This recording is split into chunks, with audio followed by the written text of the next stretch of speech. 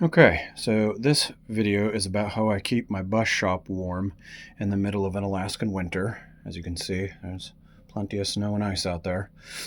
So right now I'm using a Viver 5 kilowatt Chinese diesel heater to heat my shop.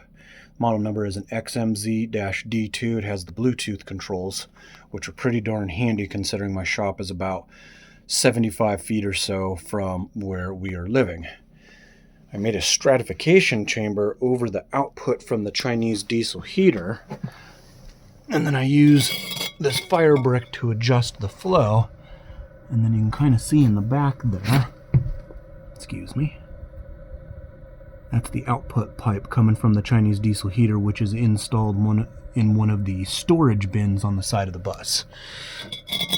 And then I use this, like I said, to adjust the output of that hot air.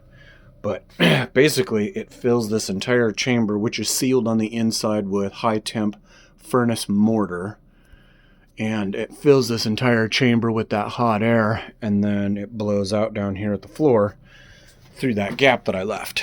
And then I went ahead and insulated the top with 1-inch thick ceramic fiber blanket, and then threw a few pavers on the top, but nothing more than concrete blocks. And then I'm using my solar system and battery bank and everything, and I'm just going to throw this out there. This is not a professionally installed battery bank or system here, just something I was able to throw together in the back of the bus to keep everything going. But I run the diesel heater exclusively off those 4 6-volt golf cart batteries wired in 2S, 2P, 2 serial, 2 parallel to get my 12 volts, and I believe these are rated at about 235 amp hours.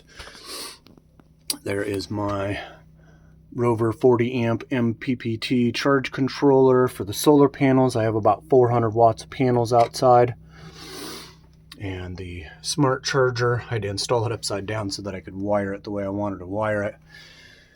But yeah, so we're charging the battery bank right now, and I've been able to run at least 72 hours, and I bet you I could easily push that more, of just running the diesel heater and some small LED lights off of those batteries.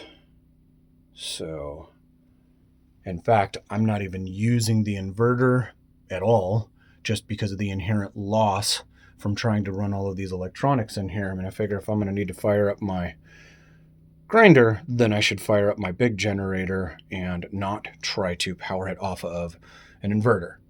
So that's just me, but just wanted to do a quick update as to what's going on here. Got various projects galore here.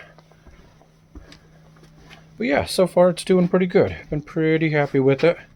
You can see it's about 32 degrees outside. We've been having a spell of warm weather here for the last few weeks, which has been really nice. Says it's about 63 here.